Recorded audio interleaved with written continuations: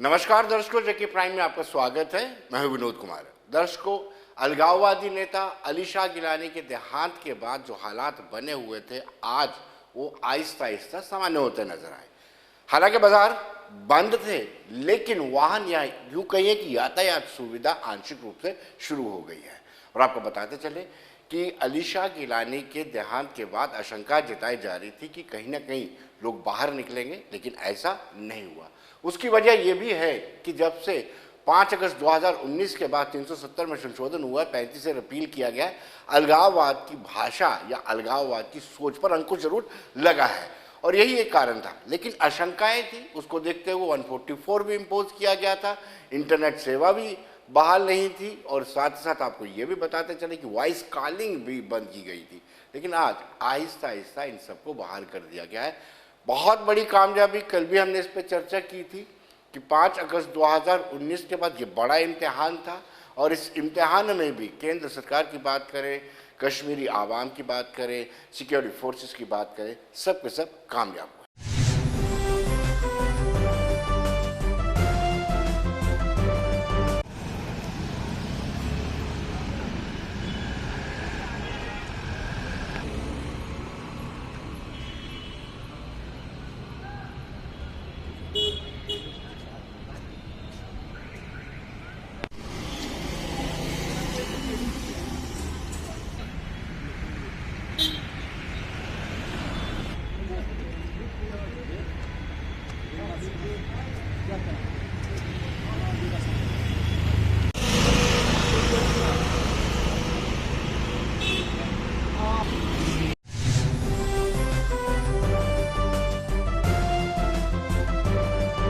दर्शकों, अगर हम बात करेंगे ऐतिहासिक मुगल रोड की जो 86 किलोमीटर है, उसको भी यातायात के लिए बहाल कर दिया गया है।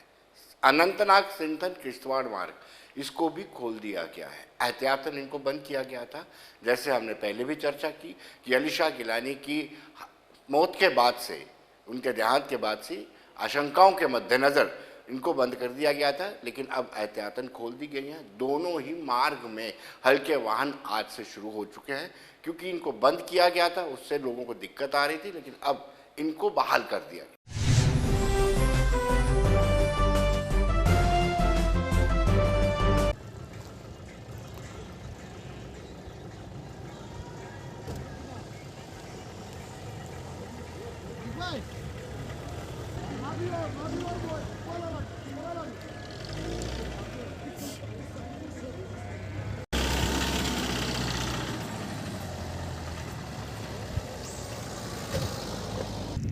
पहले आपको जब उसको छात्र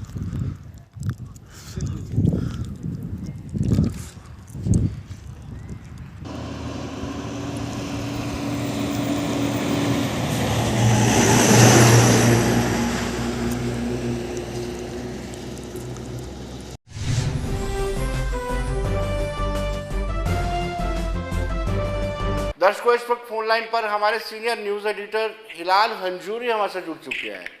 और हिलाल, अब हमें बताइए कि आज कैसे आंशिक तौर पर यातायात बहाल कर दी गई है, हालात में फर्क पड़ा है? जी, चूंकि आज सैयद अली शाह गिलानी का इंतकाल के बाद तीसरा दिन था और मुमकिन तौर पर जो law and order situation create होने की संभावना थी, उसको मद्देनजर रखते हुए आज भी कई जगहों पर बंदिशें आयद की गई थी, लेकिन बेशतर इलाकों में आज बंदिशें हटा दी गई थी। हालांकि अगरचे पेपर पे बंदिशें आयद भी थी, लेकिन जमीनी स्तर पर एक हैदरपुरा इलाके को छोड़कर तमाम शहरों गाँव में, चाहे नॉर्थ कश्मीर हो या साउथ कश्मीर हो, वहाँ पर लोगों की आवाजाही देखी गई। तमाम पब्लिक ट्रांसपोर्ट सड़कों से गायब था और जो दुकानें थी वो भी बिल्कुल बंद थी। 5 या 10% के आसपास पूरे कश्मीर के अंदर आज दुकानें खुली हुई थी, लेकिन बेशतर मकामात पर दुकानें बंद थी। लेकिन इस दौरान बड़ी राहत की खबर ये है कि किसी भी इलाके से किसी नाखुशगवार वाकई की कोई इत्तला नहीं है और मुमकिन तौर पर जो अभी मोबाइल इंटरनेट सर्विस पूरे कश्मीर के अंदर बंद है। और इस हवाले से आईजीपी कश्मीर ने बयान भी दिया था कि कल यानी इतवार की शाम को एक रिव्यू यानी जायजा मीटिंग लिया जाएगा और उसके बाद ही मोबाइल सर्विस या मोबाइल इंटरनेट सर्विस की बहाली को लेकर कोई हतमी फैसला लिया जा सकता है। तो इस दौरान खबरें ये भी आ रही हैं कि अब शायद कल से पहले भी ये इंटरनेट की जो फैसिलिटी है उसको बहाल किया जा सकता है। तो अभी भी इस हवाले से ऑफिशियली कोई कंफर्मेशन नहीं मिली है। फिलहाल पहले से हालात बेहतर हुए हैं, आज तीसरा दिन आप कह रहे हैं। देखिए, पिछले कुछ दिनों से ही हम देख रहे हैं कि आवाम शांत थी, क्योंकि अगर कोई सईद अली शाह गिलानी के जनाजे में या वहाँ ताजुद कुर्सी के लिए जाना भी चाहते थे, तो हम सईद अली शाह गिलानी की रिहाइशगाह की तरफ या हैदरपुरा की तरफ जो जितने भी रोड अप्रोच करते थे, वहाँ पर फोर्सेस की तैनाती थी, पुलिस और सीआरपीएफ की तैनाती थी। वहाँ पर किसी को भी जाने की इजाजत नहीं दी जाती थी, सिवाय जो उनके रिश्तेदार हैं, करीबी लवाकिन हैं, उन्हें यहाँ आने की जाने की इजाजत दी जाती थी, या आस पड़ोस के जो लोग थे वो आते जाते थे। लेकिन दूसरे इलाकों से लोगों की वहाँ आमद पर या जाने पर बिल्कुल पाबंदी आयद की गई थी। तो इस तरह से इस सारी सूरत हाल को लोग भी समझ चुके थे, तो इस वजह से उन्होंने घरों से निकलना ही नामुनासिब समझा और उसके बाद वो अपने घरों के अंदर ही रहे। तो इस तरह से पूरे कश्मीर के अंदर कोई भी इस तरह का कोई अनटूवर्ड नहीं हुआ है, कहीं पर कोई स्टोर नहीं चला है, हालात बिल्कुल नॉर्मल रहे हैं। बहुत बहुत शुक्रिया हिलाल।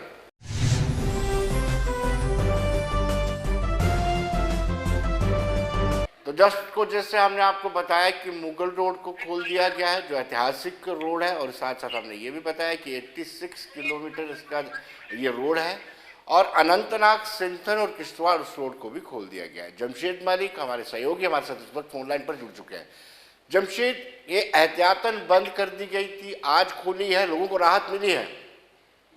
बिल्कुल विनोद, जिस तरह सईद अली शाह गिलानी की मौत के बाद ही जिस तरह वादी में पाबंदियां लगा दी थी और वादी की तरफ जाने वाले मुगल रोड को भी बंद कर दिया गया था, जिससे लोगों को काफी परेशानियों का सामना करना पड़ रहा था, क्योंकि लोग काफी तादाद में इन दिनों इस तरफ भी आ रहे हैं, उस तरफ से इस तरफ भी के लोग उस तरफ भी जा रहे हैं, जो लोग इस तरफ से वो फंस कर रह गए। मगर आज उनके लिए राहत की खबर जरूर रही कि आज रोड को दोबारा खोल दिया गया और आज गाड़ियों की आवाजाही दोबारा बहाल कर दी है। मगर 2 दिन लोगों को काफी परेशानियों का सामना करना पड़ा। हालांकि प्रशासन की तरफ से पुशाना या डोगरा तक जाने में लोगों को रोका नहीं गया, क्योंकि वहाँ लोकल लोग हैं, उनके घरों तक जा रहे थे, उनको रोका नहीं। उसके आगे पुशाना से आगे जो चेक पोस्ट है उससे आगे जाने पर पाबंदी लगाई गई थी, मगर आज रोड को खोल दिया गया और आज गाड़ियां दोबारा देखने को चलते मिल रही है। जी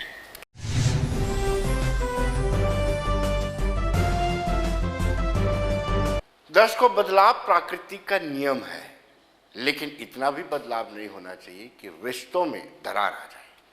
पहले हम देखते थे गुरु और शिष्य का रिश्ता कितना अटूट होता था। गुरु दीक्षा मांगता था, गुरु दीक्षा देता था और दक्षिणा मांगता था, तो गुरु दक्षिणा में जो मांगा जाता था वो दे दिया जाता था। आहिस्ता आहिस्ता बदलाव हुआ, गुरुकुल से स्कूल में तब्दील हुआ, स्कूल से कमर्शियल बिल्डिंग इंस्टीट्यूशन बन गए, और वो बदलाव लगातार सामने आने लगा। जब आप फीस देके गुरु से शिक्षा लेते हैं, स्वाभाविक सी बात है उसमें थोड़ा सा बदलाव जरूर आएगा। ऐसा बदलाव आहिस्ता आहिस्ता आने लगा। गुरुकुल से इंस्टीट्यूशंस बन गए, इंस्टीट्यूशंस के बाद ट्यूशन सेंटर्स बन गए, और उसके बाद रिश्ते तार तार होते गए। शिक्षक दिवस है, टीचर्स डे है, इस पर हम चर्चा करेंगे।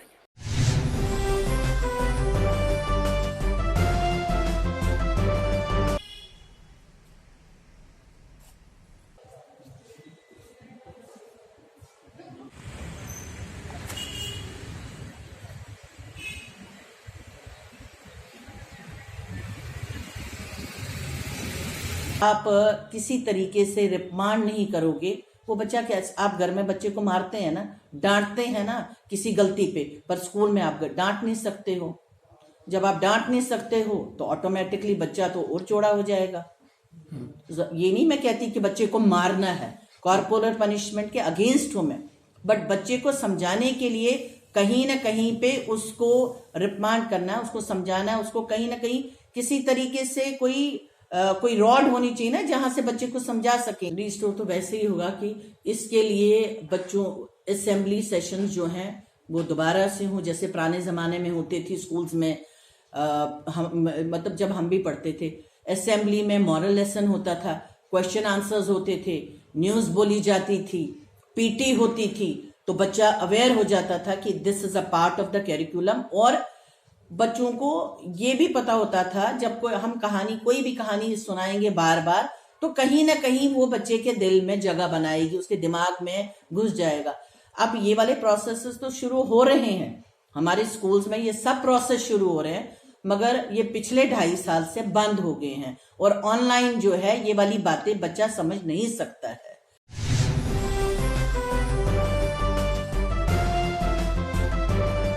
दर्शकों, हमने टीचर्स से बात की।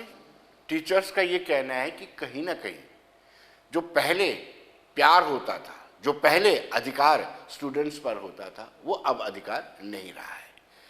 अब आप किसी स्टूडेंट्स को मार नहीं सकते, डांट नहीं सकते। हालांकि उन्होंने कहा कि डांटना मारने से शिक्षा स्टूडेंट्स ठीक नहीं होते, लेकिन पहले एक अधिकार होता था। टीचर जो है अपने बच्चे को, स्टूडेंट्स को मार सकता था, लेकिन आज अगर ऐसा करते हैं तो परिजन, पेरेंट्स ही उसको गलत ठहराते हैं। और ऐसे शिक्षक भी बहुत सारे होते हैं और ऐसे स्टूडेंट्स भी बहुत सारे होते हैं जो एक दूसरे के बीच में दरार का कारण बनते हैं।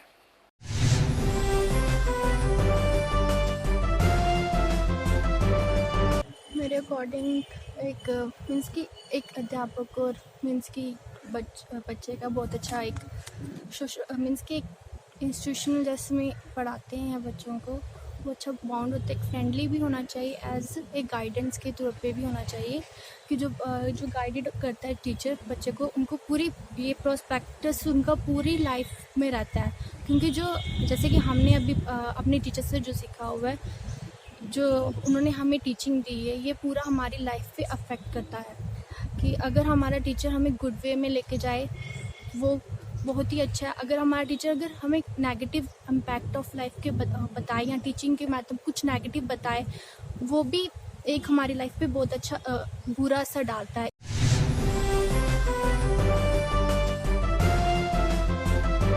दर्शकों को स्टूडेंट्स की माने तो स्टूडेंट्स का भी ये कहना है कि कहीं ना कहीं शिक्षक का रिस्पेक्ट, टीचर्स की रिस्पेक्ट होनी चाहिए, रिस्पेक्ट करनी भी चाहिए। और उन्होंने कहा कि पांचों उंगलियां एक जैसी नहीं होती हैं, पांचों उंगलियां एक जैसी नहीं होती हैं। कुछ लोग अभी भी सम्मान करते हैं अपने शिक्षकों का और कुछ लोग अभी भी अपने शिक्षकों के साथ दुर्व्यवहार करते हैं।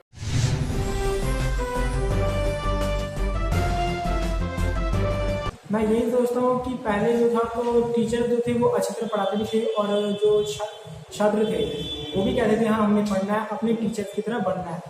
आज में ये है कि कुछ लोग सोचते हैं सिर्फ कि हमें अपने टीचर्स की तरह बनना है और कुछ अपनी अपनी एम्स रखते हैं।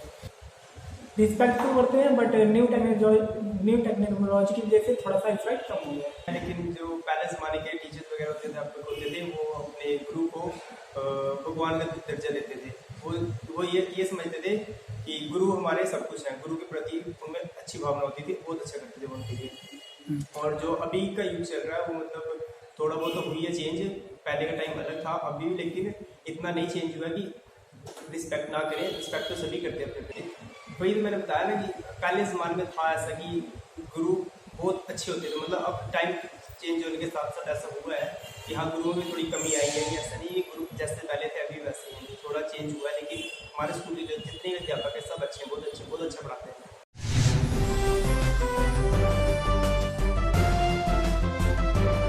दर्शकों, इन दिनों चर्चाएं चल रही हैं कि 70 union minister UT Jammu Kashmir में आएंगे, फार फ्लंग एरिया में जाएंगे। ऐसा प्रयोग पहले भी किया जा चुका है और ग्रामीण विकास को लेकर के खास तरजीह दी जाएगी। हमने डायरेक्टर रूरल डेवलपमेंट से बातचीत की।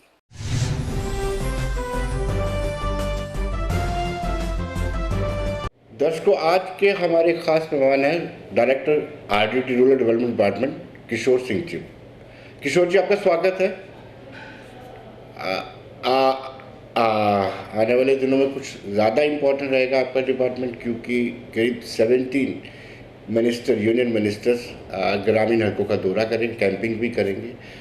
मैं पहला सवाल आपसे ये जानना चाहता हूँ कि जो बैक टू विलेज 1-2 रहा है, क्या ये फ्रूटफुल रहे हैं? कितने फ्रूटफुल रहे हैं? फ्रूटफुल एक प्रयास है और फ्रूटफुल तो रहे हैं, क्योंकि हम इसमें कम्युनिटी पार्टिसिपेशन को हम इंश्योर कर सके। त्रुटियां हर प्रोग्राम में, हर गवर्नमेंट के प्रोग्राम में रह जाती हैं। उन त्रुटियों को दूर करने की पूरी कोशिश की जा रही है और अब फाइनेंस डिपार्टमेंट ने आर्डर किया था कि जो टेंडर होंगे वो पंचायत लेवल पे होंगे, तो उसी हिसाब से इस स्कीम को इम्प्लीमेंट किया जा रहा है। थोड़ी डिले है, मैं मानता हूँ, लेकिन सिर्फ एक नया स्टार्ट है और हम इसमें पूरी तरह से कोशिश करेंगे कि जो भी काम हमें बैक टू विलेज में दिए जाएं तो एग्जीक्यूट हो रहे हैं और उसको फास्ट ट्रैक किया जा रहा है। इसमें हमारे डीसी साहिबान की और हमारे सीनियर अफसरों की भी पूरी सपोर्ट है। जी, जो आप एश्योरेंस इन प्रोग्राम्स में देते हैं, ऐसे इनिशिएटिव्स में देते हैं, वो फुलफिल हों, इसकी मॉनिटरिंग जी बिल्कुल की जा रही है। हम पिछली बार जैसा सरकार ने सीनियर अफसर्स को भी भेजा, मैं खुद एक पंचायत में गया हुआ था, तब डायरेक्टर हॉर्टिकल्चर था, और मेन पार्ट इसमें हमारे जो PRIs हैं वो प्ले कर रहे हैं। और इस वक्त हमारा 3 टायर सिस्टम इन प्लेस है, तो उस चीज़ को इम्प्लीमेंटेशन और मॉनिटरिंग में हमें काफ़ी सहायता मिल रही है, हमें डायरेक्ट फीडबैक मिल रहा है, और कहीं कोई त्रुटियां हैं तो हमारे PRI साहिबान उनको पॉइंट आउट करते हैं। तो अगर कहीं कोई एडमिनिस्ट्रेटिव इशू आते हैं तो वो सरकार के लेवल पर उनको एड्रेस किया जा रहा है। किशोर जी, अब जो यूनियन मिनिस्टर्स आ रहे हैं, विजिट करेंगे, उनके लिए क्या तैयारियां की जा रही हैं? विजिटें चलती रहें जी। पिछली बार ही एक पार्लियामेंट स्टैंडिंग दूसरी कमेटी आई, पहले जो रूरल डेवलपमेंट की कमेटी आई थी जिसके प्रताप राव यादव साहब जिसको हेड कर रहे थे, और दूसरी कमेटी जिसमें ओम बिरला साहब आए हुए थे। तो हमारी इंटरेक्शन और हमारे PRIs की इंटरेक्शन इन कमेटी के साथ बहुत फ्रूटफुल रही, और मुझे खुशी है कि जो हमारे पार्लियामेंटेरियंस आए थे वो एक सेटिस्फाइड नोट पर यहाँ से गए हैं। उन्होंने खुद इंटरेक्ट किया और हमारे PRI सिस्टम से, पंचायती राज सिस्टम से वो सेटिस्फाइड दिखे, खुश दिखे। जी, लेकिन किशोर जी, कुछ लोगों की यही शिकायत रही है कि बैक टू विलेज में जो पंच सरपंचेस हैं उनको अपने से पैसा खर्च करना पड़ता है, और जब वहाँ पर जो लोग अपनी डिमांड्स रखते हैं उन डिमांड्स को पूरा नहीं किया जाता तो लोगों के हाथ में निराशा लगती है। अब सवाल ये है कि बैक टू विलेज और करना हो तो लोगों का जो पार्टिसिपेशन है वो कम हो जाती है। मैंने विनोद जी पहले कहा कि हर स्कीम में, सिंस एक नई स्कीम थी ये, त्रुटियां हर स्कीम में रह जाती हैं, और कहीं पे कोई जैसे एग्जीक्यूशन में प्रॉब्लम आती है। बहुत से एरियाज़ में आपको मटेरियल के लिए हेड लोड ज़्यादा होता है, तो उसमें फिक्स्ड एक अमाउंट होता है जिसको हमने एग्जीक्यूट करना है। मैंने आपसे कहा कि महकमा पूरी कोशिश कर रहा है, और सरकार की सपोर्ट से हम जो भी ग्रीवेंसीज होंगी, मैं इसको एज ए डायरेक्टर या जो मेरे काउंटर पार्ट हैं डायरेक्टर कश्मीर, हम इसको पर्सनली मॉनिटर कर रहे हैं। DC साहिबान बड़ा प्रोएक्टिव रोल, तकरीबन मुझे लगता है कि हर 15 दिन में DC साहिबान एक न एक इसमें मीटिंग ले रहे हैं, और बहुत ही प्रोएक्टिव ढंग से, और जैसे सरकार की तरफ से हमें इंस्ट्रक्शंस हैं।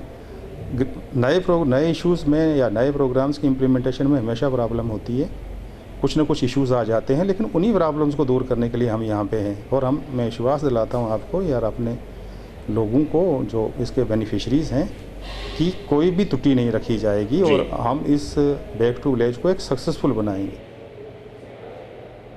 जी किशोर जी, पॉलिसी प्रोग्राम और प्लानिंग में जो स्टेक होल्डर्स होते हैं, क्या उनकी राय को तरजीह दी जा रही है? जैसे जिस पंचायत में बनना है उस पंचायत के लोगों से पूछा जा रहा है, उनकी पार्टिसिपेशन होती है प्लानिंग में? मुझे आपको बताते हुए खुशी हो रही है कि जो भी इस बार प्लान बना है वो with the approval of gram सभा बना है।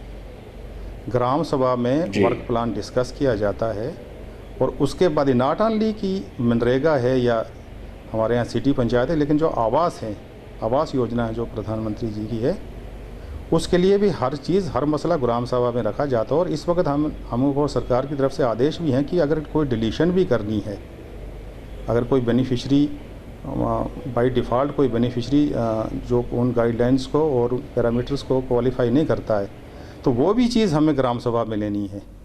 तो ये democracy at grass root level है, इसमें ग्राम सभा की पूरी इन्वॉल्वमेंट है। और जैसे मैंने पहले आपसे कहा कि PRI तो इसमें एक मेन पार्ट प्ले कर रहे हैं, और हम महकमा is eager to work with them, क्योंकि महकमा इन्हीं लोगों के लिए, महकमा ग्राम के लिए, भारत के लिए है, रूरल भारत के लिए है। तो वो ग्राम सभा के बगैर तो कोई भी काम इस वक्त अप्रूव नहीं किया जा रहा, और कोई भी अथॉरिटी ग्राम सभा के रिकमेंडेशन के बगैर किसी भी वर्क प्लान को अप्रूव नहीं करेगी। जी, मनरेगा की पेमेंट को लेकर के आए दिन सवाल उठते हैं कि पेमेंट डिले होगी, पेमेंट हो नहीं पाई, और जो काम करवाया जाना चाहिए लोगों से वो मशीनरी से काम करवाया जा रहा है, इस तरह की शिकायतें अमूमन आती रहती हैं। हाँ, मनरेगा में इश्यूज़ हैं कुछ। इसका एक सॉफ्टवेयर फॉर्मेट बना हुआ है, और जिसमें उसी हिसाब से इसमें पेमेंट होती है। जैसे फॉर एग्जांपल मैं आपको बता दूं कि हम इसमें जो पेमेंट का जो सिस्टम है, हम जब मास्टर रोल बंद होती है तो उसको हम बेस लाइन T मानते हैं, हम उसको एक पैरामीटर उसको दे देते हैं। फिर उसमें MIS में जब डाटा एंट्री करनी होती है तो उसको हम T+2 कहते हैं कि 2 दिन के अंदर आपने डाटा एंट्री करनी है। फिर उसके बाद 5वें दिन तक आपको मेजरमेंट बुक कंप्लीट करनी है और उस मेजरमेंट की बुक की जो एंट्रीज़ हैं वो आपने MIS पे चढ़ानी है, जो हमारा माइक्रोसॉफ्ट इंफॉर्मेशन, जो हमारा मैनेजमेंट इंफॉर्मेशन सिस्टम होता है। 6ठे दिन वेज लिस्ट जनरेट होती है। 7वें दिन जो पंचायत सेक्रेटरी, ग्राम सेवक जो पहले होते थे वो पहले सिग्नेटरी होते हैं और 8वें दिन सरपंच उसको साइन करके जो लेबर कंपोनेंट होता है वो बेनिफिशरी के अकाउंट में डेबिट हो जाता है। मटेरियल के इशू में थोड़ा डिले होता है। पिछली बार हमारे जॉइंट सेक्रेटरी साहब आए थे MORD के, तो मटेरियल पर उन्हें कुछ इंस्ट्रक्शन दी है। मटेरियल की पेमेंट जो है उसमें 60-40 का रेशो हमें करना है। 60% जो कंपोनेंट है वो वेज कंपोनेंट और 40% जो कंपोनेंट है वो मटेरियल कंपोनेंट है। तो गाइडलाइंस के हिसाब से समटाइम्स कुछ ऑपरेशनल प्रॉब्लम्स आती हैं और समटाइम्स अकाउंट्स के इशू होते हैं कि जो बेनिफिशियरी है उसका अकाउंट ठीक नहीं होगा या उसके आधार नंबर में कोई इशू आ जाएगा, तो वो चीज़ें बैंक्स ने क्लियर करनी होती हैं। हमने इंस्ट्रक्शन दी हुई अपने फील्ड फंक्शनरी को, चाहे वो BDO साहिबान हो, चाहे SD साहिबान हो या हमारे ग्राम सेवक पंचायत सेक्रेटरी हों, कि इमीडिएटली जहाँ पर पेमेंट का कोई इशू आता है या कहीं कोई बैंक से कोई इशू है तो इमीडिएटली उसको एड्रेस कीजिए और उसको हम पर्सनली मॉनिटर करेंगे, क्योंकि मनरेगा के गाइडलाइंस के हिसाब से इसमें हमें वो डिले कंपनसेशन पे पेनल्टी भी है। जी किशोर जी, लेबर कंपोनेंट में भी अभी तक आउटस्टैंडिंग है, उसके क्या कारण है? उसके मेनली कारण जो हम रिव्यू लेते रहते हैं, समटाइम्स फंड्स रिलीज़ का इशू होता है, समटाइम्स अकाउंट्स का कोई इशू होता है, लेकिन मैं तो पीरियडिकली 15-15 दिन में खुद इसको रिव्यू करता हूं और हमारे प्रिंसिपल सेक्रेटरी साहब भी इसको महीने के अंदर एक रिव्यू करते हैं। ये एक इशू है और ये बहुत जल्दी एड्रेस कर दिया जाएगा, इस पे हम आपको आश्वासन दिलाते हैं। आवास योजना की बात करें तो BPL की जो लिस्ट है उसको लेकर के ही बहुत सारे फ्लॉज है इसमें। आवास योजना की एक इंस्टॉलमेंट दी जाती है, वो अपना मकान तोड़ के थोड़ा बहुत बना लेते हैं, लेकिन उसके बाद सेकंड इंस्टॉलमेंट में बड़ी दिक्कत आती है। इसको कैसे आप रेक्टिफाई करेंगे, सुधार कैसे आएगा? आवास का बेसिस विनोद जी 2011 का सोशल इकोनॉमिक सर्वे है, उसी के बेसिस पर हम बेनिफिशरीज जो हैं उनको हम सिलेक्ट करते हैं और बेनिफिशरी सिलेक्ट ग्राम सभा से होते हैं। जैसे मैंने पहले आपसे कहा, ग्राम सभा बेनिफिशरीज को आइडेंटिफाई करती हैं और जो उस पैरामीटर्स पे पूरा उतरता है उसी बेनिफिशरी को हम इसमें सेलेक्ट करते हैं और उसके बाद अब तो ये उसको जियो टैगिंग की जाती है उस पर्टिकुलर लोकेशन की। जियो टैगिंग मतलब उसके कोऑर्डिनेट फिक्स किए जाते हैं। कोऑर्डिनेट फिक्स होने से कि आप लोकेशन चेंज नहीं कर सकते हो। लोकेशन चेंज करने अगर बेनिफिशियरी चाहे भी तो उसका एक लंबा प्रोसीजर है, उसके लिए फिर उसको ग्राम सभा में जाना है। तो जहाँ तक बेनिफिशरीज़ की बात है, हाँ कोई ऐसी मैं ये नहीं कहूँगा कि इसमें कोई कंप्लेंट्स आई नहीं है, बहुत सारी कंप्लेंट्स आई हैं, लेकिन जो भी कंप्लेंट्स आई हैं उनको एड्रेस किया जा रहा है और जो इलीगल बेनिफिशरीज़ हैं या जो क्वालिफाई नहीं करते हैं उनको डिलीट करके ग्राम सभा में जाके नए बेनिफिशरीज़ को उसमें ऐड किया जा रहा है। लेकिन नए बेनिफिशरीज़ तो अब आवास प्लस में ही ऐड हो पाएंगे, क्योंकि जो प्रधानमंत्री ग्रामीण जो चल रही है उसे हमें इंस्ट्रक्शन है सरकार की तरफ से कि मार्च 2022 तक इसको कंप्लीट करना है, ये सारे घर जो हैं। जहाँ तक आपने कहा कि जो किस्तें रिलीज़ करनी होती है बेनिफिशरी के फेवर में, पहली किस्त हम 50,000 की इनको दे देते हैं, उसके बाद फिर डिफरेंट इंटरवल्स पे उसको जियो टैगिंग के हिसाब से उसको मॉनिटर किया जाता है। फिर अगली किस्त 40,000 की दी जाती है और फिर अगले लास्ट की 2 किस्तें 20,000 की दी जाती हैं। टोटल 1,30,000 इस वक्त दिया जाता है इनको। समटाइम्स बेनिफिशरी की तरफ से कम, समटाइम्स कोई एपैथी होती है, बहुत टाइम ऐसा होता है कि बेनिफिशरी कहीं दूसरी जगह शिफ्ट हो जाता है या फॉरेन चला जाता है, तो उन केस में फिर हमने पेनल्टी भी इम्पोज़ की है। जो डिफ़ॉल्टर्स होते हैं लोगों को पैसा भी वापस करना पड़ रहा। तो ये एडमिनिस्ट्रेटिव इश्यूज़ हैं जो लोकल लेवल पर एड्रेस किए जा रहे हैं बिल्कुल रूल के हिसाब से। तो महकम जी, लेकिन किशोर जी कितने % ऐसे इश्यूज हैं जो आपको लगता है कि जो बेनिफिशियरी है वो झूठ बोल गया है और पैसे का मिसयूज कर गया और ले गया बाकी? नहीं, ये 5% से ज़्यादा नहीं है। ये कुछ डिस्ट्रिक्ट्स में लिमिटेड है, मैं डिस्ट्रिक्ट का डेफिनेटली नाम नहीं लेना चाहूँगा, ये बहुत कम परसेंटेज है। उसके अलावा फिर जो ऑपरेशनल है, जैसे मैंने आपसे कहा कि बहुत जगह पे बिल्डिंग मटेरियल का इशू होता है, बेनिफिशरी की इकोनॉमिक हालत ऐसी होती है कि अपनी तरफ से वो कुछ कंट्रीब्यूट कर नहीं पाता, उसका सारा कुछ जो जी। होता है वो एक 30 पर ही होता है, लेकिन मैं खुद टूर करता हूँ, मैं बेनिफिशरीज़ को खुद देखता हूँ। मैं देखता हूँ कि अब ये सरकार की तरफ से हमें इंस्ट्रक्शन भी है कि वीकर सेक्शंस को इसमें प्राथमिकता देनी चाहिए, दी जाएगी। SC ST और वीकर सेक्शंस को, विडोज़ को प्राथमिकता दी जाएगी। और जी पिछले दिनों प्रिंसिपल सेक्रेटरी साहब ने इस पर रिव्यू लिया था और बहुत सारे हमारे अफसर श्रीनगर भी गए थे और मैं भी इसको पर्सनली रिव्यू कर रहा हूँ। कुछ डिस्ट्रिक्ट्स में जहाँ की परफॉर्मेंस बिलो पार है, वो भी अब बहुत जल्दी जो भी स्कीम की गाइडलाइंस के हिसाब से जैसे जैसे इसमें फंड रिलीज करने होते हैं उसके करेक्टिव मेजर्स लिए जा रहे हैं। और हमें जो डेडलाइन दी गई है कि इन एनी केस जो इस सारे जो हमने जो आवास ग्रामीण जो है इस वक्त PM आवास ग्रामीण, इसके घर हमने मार्च 2022 तक कंप्लीट करने हैं। उसके बाद ये आवास प्लस के ऊपर कार्रवाई शुरू होगी। किशोर जी, कभी आपको ऐसी शिकायत मिली है कि ग्राम सभा ने जो रिकमेंड किया है बेनिफिशियरी के लिए, क्या वो गलत था? नहीं, ग्राम सभा की रिकमेंडेशन का जब से ग्राम सभाएं बनी हैं ऐसा कोई मेरे नोटिस में नहीं आया विनोद जी। पहले जब ग्राम सभाएं नहीं थी तब शायद कुछ ऐसे आधे केसेस हों, लेकिन ग्राम सभा ने आज तक कभी भी कोई ऐसा रिकमेंड नहीं किया कि जिसपे किसी को कोई शिकायत हो। जी किशोर जी, हम सब जानते हैं कि अगर अर्बनाइजेशन को रोकना है हमें, तो हमें ग्रामीण हलके का विकास करना होगा। RDD डिपार्टमेंट, आपको क्या लगता है कि किस हद तक रूरल एरिया का विकास कर पाया, डेवलप कर पाया? देखिए विनोद जी, मैं तो इसको प्रायोरिटीज डिपार्टमेंट मानता हूँ। सिटी अर्बन एरियाज में तो डेवलपमेंट हो जाती है, गांव में डेवलपमेंट जो है वो लोकल लीड के हिसाब से होगी। जो डेवलपमेंट बिश्ना में होगी वो डेफिनेटली बलेसा में नहीं होगी। बलेसा की टोपोग्राफी अलग है, बिश्ना प्लेन एरिया होगा। अगर बिश्ना में हम ट्रैक्टर रोड बनाएंगे तो बलेसा में हम ब्राइडल पाथ बनाएंगे। जब इंफ्रास्ट्रक्चर डेवलपमेंट होगा, साफ़ पीने का पानी मिलेगा लोगों के साथ, जो बहुत से हम काम इंटीग्रेटेड मोड पे कर रहे हैं बाकी महकमों के साथ, लोगों की क्वालिटी ऑफ लाइफ बेटर होगी। तो डेफिनेटली आप क्वालिटी ऑफ लाइफ जब बेटर होगी तो नेशन बिल्डिंग में भी लोग अपना किरदार, अपना रोल निभा पाएंगे। तो मैं इसको प्रायोरिटी डिपार्टमेंट मानता हूँ। और ख़ासकर जब से PRIs बने, हमारे 3 पंचायती राज सिस्टम आया है, तब से मैं ये कहता हूँ कि एक रेवोल्यूशन हुआ है रूरल एरियाज़ में।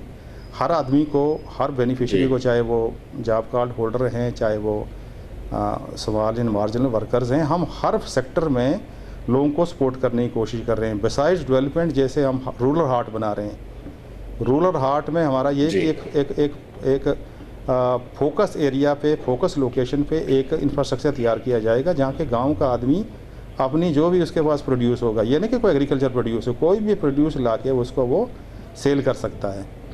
तो हमारी कोशिश है कि जो भारत जो एक माइग्रेशन हो रही है रूरल एरियाज से अर्बन एरियाज़ की तरफ, इसको रोका जाए। और वो तभी हो सकता है जब आप क्वालिटी इंफ्रास्ट्रक्चर, क्वालिटी रहने की जो फैसिलिटीज़ है हम अपने लोगों को हम गांव में दे पाएंगे। और रूरल डेवलपमेंट इसमें अपना रोल अदा कर रहा है, बखूबी अदा कर रहा है। एक सवाल ये भी जानना चाहूँगा कि जो टूरिस्ट विलेजेस आइडेंटिफाई किए जा रहे हैं, उन विलेजेस में क्या खास रहेगा? बग्यू पाटा, मुझे आवाज़ नहीं आई पूरी।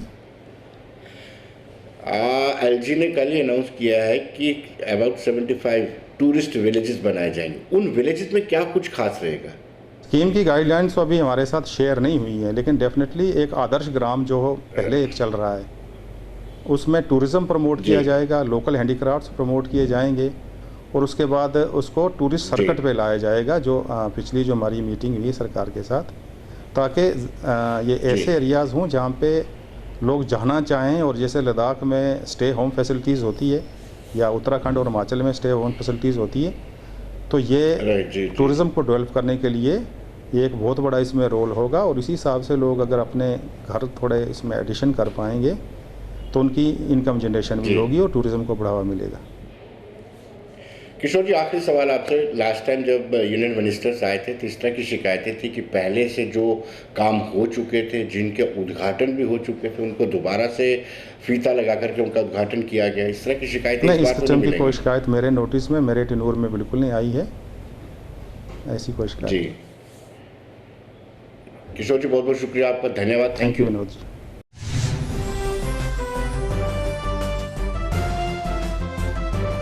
तो तो दर्शकों, बने रहिए देश दुनिया की खबरों के लिए। मुझे दीजिए इजाजत।